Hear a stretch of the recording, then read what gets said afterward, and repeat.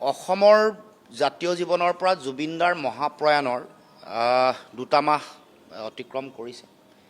আমি জুবিনদাৰ মৃত্যুৰ পিছত সমগ্ৰ ৰাজ্যবাসী যেতিয়া শোকত দগ্ধ, শোকস্তব্ধ ৰাজ্য, অসমৰ সমাজ জীৱনত সাংস্কৃতিক, সামাজিক, বৌদ্ধিক যিটো বিশাল শূন্যতা, সেই শূন্যতাৰ মাজত আমি চৰকাৰলৈ আহ্বান জনাইছিলোঁ যে অন্তত জুবিন গাৰ্গ ডাঙৰীয়াৰ মৃত্যু, মুখ্যমন্ত্ৰীৰ ভাষাত হত্যা, বাৰে বাৰে দোহাৰিছে হত্যা, হত্যাৰ লগত জড়িত হৈ থকা মানুহ সকলোকে বিচাৰি যেতিয়ালৈকে নুলিয়ায়, যেতিয়ালৈকে চিনাক্তকৰণ নহয়, যেতিয়ালৈকে শাস্তি নহয়, তেতিয়ালৈকে এনেকুৱা ধৰণৰ বিশাল বিনোদনধৰ্মী যিবোৰ কাৰ্যসূচী আছে, পোষ্ট মেলনকে ধৰি সকলো কাৰ্যসূচী বন্ধ কৰি ৰাখিব লাগে। কিন্তু মোক এই কথাটো আৰু পোষ্ট মেলনৰ কাৰ্যসূচীৰ লগত বহু টকা পইচাৰ কথা জড়িত হৈ আছে, বহু পইচা খৰচ হ'ব, যোনেই নকৰক লাগিলে অসমৰ মানুহৰ পইচা। এতিয়া প্ৰথম এই কথাটো ঘোষণা কৰিছিলে অসমৰ মুখ্যমন্ত্ৰীয়ে। আজি মুখ্যমন্ত্ৰীয়ে সংবাদমেলত গোটেই কথাটো তেওঁ অস্বীকাৰ কৰিছে। অসমত পোষ্ট মেলনৰ কাৰ্যসূচী হ'ব বুলি ঢাক ঢোলেৰে কোৱা, বহু শ কোটি টকা খৰচ হ'ব বুলি কোৱা মানুহজন অসমৰ মুখ্যমন্ত্ৰী। এতিয়া DIPRত এডভাৰটাইজমেণ্ট কৰি আছে চৰকাৰে। গতিকে পোষ্ট মেলনৰ তাৰপিছত মুখ্যমন্ত্ৰীয়ে এতিয়া কৈছে যে তেওঁলোকে অনুষ্ঠান আয়োজন কৰা নাই। অসমৰ পৰ্যটনৰ লগত জড়িত হৈ থকা পৰ্যটন মন্ত্ৰী, পৰ্যটনৰ লগত জড়িত হৈ থকা অধ্যক্ষগৰাকীয়ে ফিল্ড তেওঁলোকে চাইছে, চাই পিনে তেওঁলোকে কৈছে যে তেওঁলোকে হেনো, এতিয়া মুখ্যমন্ত্ৰীয়ে কৈছে নাই কৰা।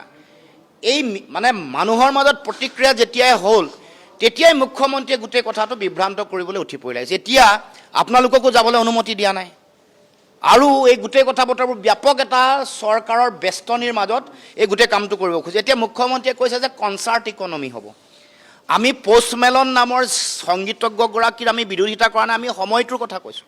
যিহেতু জুবিনদাৰ অসমৰ জাতীয় জীৱনৰ আৱেগ, জুবিনদাৰ মৃত্যুৰ পিছত এই আৱেগৰ লগত যদি আপুনি কয় যে দীপাৱলীৰ ফটকা ফুটুৱাবৰ কাৰণে যদি উৎসাহিত কৰে, সেইটোৰ লগত পোষ্ট মেলনৰ কাৰ্যসূচী পতাৰ কথাটোৰ কোনো পাৰ্থক্য নাই।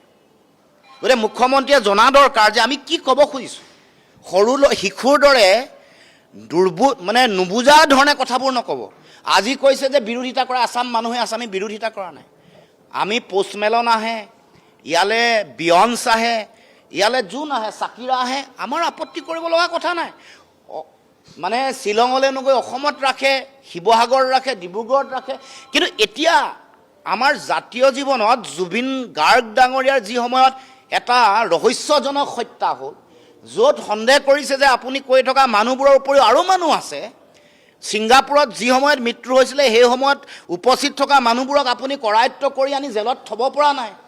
আৰু আপুনি হত্যা বুলি কোৱাৰ পিছত আমাৰ সন্দেহ হৈছে যে হত্যাত আপুনি কৈ থকা কেইগৰাকীমান মানুহেই নহয়, ডাঙৰ শক্তি জড়িত হৈ আছে। এইবুলি আমাৰ সকলোৰে মনত এইটো চিন্তা আহিছে, ডাঙৰ শক্তি জড়িত হৈ আছে, ডাঙৰ মানুহ জড়িত হৈ আছে। হত্যা যদি হয়, এইটো এটা ডাঙৰ ইয়াৰ এটা ৰহস্য থাকিব আৰু কাৰোবাৰ লক্ষ্য থাকিব এনেকুৱা এটা হত্যা কৰিবলৈ। গতিকে মুখ্যমন্ত্ৰী এইবোৰ কথা নজনোৱাকৈ, এইবোৰ কথাৰ এটা পুংখানুপুংখভাৱে বিচাৰ কৰি ইয়াৰ যেতিয়ালৈকে এটা আমি গম পোৱা নাই অসমৰ ৰাইজে, তেতিয়ালৈকেহে আমি পোষ্ট মেলনৰ কাৰ্যসূচী বন্ধ কৰিবলৈ কৈছিলোঁ। আৰু পোষ্ট মেলনৰ কাৰ্যসূচী বন্ধ কৰি জুবিন গাৰ্গ ডাঙৰীয়াৰ নামত সংগীত বিশ্ববিদ্যালয় পাতি যাতে দায়িত্ব পালন কৰে অসমৰ সাংস্কৃতিক জগত। কাৰণ অসমৰ সাংস্কৃতিক জগতৰ শিল্পীসকলে বলিউড তেওঁলোকে দপদপাই আছে, দখল কৰি আছে। আমাৰ সংগীত শিল্পী, আমাৰ যিসকল ছাউণ্ড ইঞ্জিনিয়াৰ, যিমানবোৰ টেকনিকেল মানুহ আছে, তেওঁলোক নহ'লে মুম্বাই পেৰালাইজ হ'ব বুলি মই কোৱা নাই, চানু কুমাৰ ভট্টাচাৰ্য কুমাৰ চানুৱে কৈছে। গতিকে সেই প্ৰতিভা থকা অসমৰ কাৰণে সংগীত বিশ্ববিদ্যালয় এখন দিব লাগিছিলে। আৰু পোষ্ট মেলনৰ কাৰ্যসূচী সেইকাৰণে বাতিল কৰিবলৈ কৈছিলোঁ, কাৰণ সময়টো এইটো সময় উপযুক্ত হোৱা নাই। আৰু কনচাৰ্ট ইকনমি কৰি আমাৰ কি লাভ হ'ল? আপুনি শ্বেতপত্ৰ দিয়ক না। আপুনি যে লেকচাৰ মাৰি আছে, মিডিয়া দেখিলে আপুনি ৰ'ব নোৱাৰা হৈ যায়। এই যে লেকচাৰ মাৰি আছে, আপুনি কনচাৰ্ট ইকনমি নামত শ্বেতপত্ৰ প্ৰকাশ কৰি কওক। এইবোৰ দিলসিং দোচান নে কোন আহিছিলে? আপোনাৰ পত্নীৰ হেৰিত এয়াৰ ৰেহমানক মাতিছিলে নহয়, E7 নে কোনোবা আয়োজন কৰিছিলে। এইবোৰত কিমান ধন আপোনালোকে লাভ কৰি অসমক অৰ্থনৈতিকভাৱে শক্তিশালী কৰিলে, এইবোৰ হিচাপ দিয়ক আমাক। কথা কৈ থাকিলে নহ'বতো এনেই।